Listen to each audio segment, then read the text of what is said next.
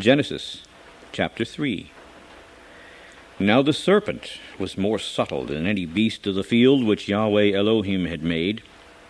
And he said to the woman, Yes, as Yahweh said, you shall not eat of every tree of the garden. And the woman said to the serpent, We may eat of the fruit of the trees of the garden. But of the fruit of the tree which is in the midst of the garden, Yahweh has said, You shall not eat of it, neither shall you touch it, lest you die.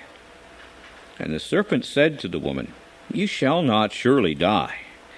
For Yahweh does know that in the day that you eat of it, then your eyes shall be opened, and you shall be as Yahweh, knowing good and evil.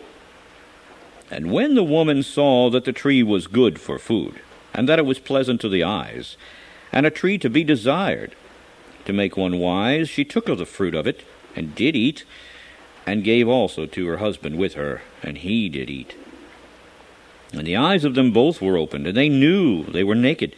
And they sewed fig leaves together, and made themselves aprons. And they heard the voice of Yahweh Elohim walking in the garden in the cool of the day. And Adam and his wife hid themselves from the presence of Yahweh Elohim amongst the trees of the garden. And Yahweh Elohim called Adam, saying to him, Where are you? And he said, I heard your voice in the garden, and I was afraid because I was naked, and I hid myself.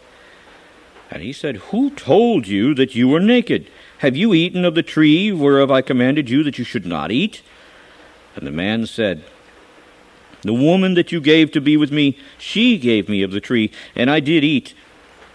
And Yahweh Elohim said to the woman, What is this that you have done? And the woman said, The serpent beguiled me, and I did eat. And Yahweh Elohim said to the serpent, Because you have done this, you are cursed above all cattle and above every beast of the field. Upon your belly shall you go, and dust shall you eat all the days of your life. And I will put enmity between you and the woman, and between your seed and her seed. It shall bruise your head, and you shall bruise his heel. Unto the woman he said, I will greatly multiply your sorrow and your conception. In sorrow you shall bring forth children, and your desire shall be toward your husband, and he shall rule over you.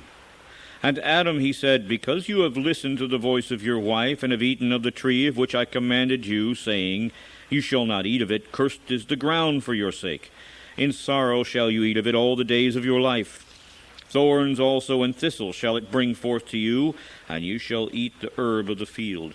In the sweat of your face shall you eat bread, till you return to the ground, for out of it were you taken, for dust you are, and to dust shall you return.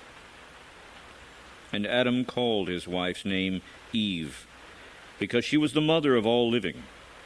To Adam also and to his wife did Yahweh Elohim make coats of skins and clothe them.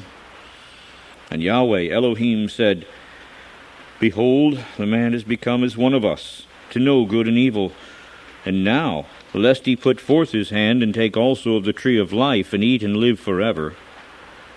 Therefore Yahweh Elohim sent him forth from the Garden of Eden to till the ground from where he was taken. So he drove out the man, and he placed at the east of the Garden of Eden cherubims, and a flaming sword which turned every way, to keep the way of the tree of life. End of chapter.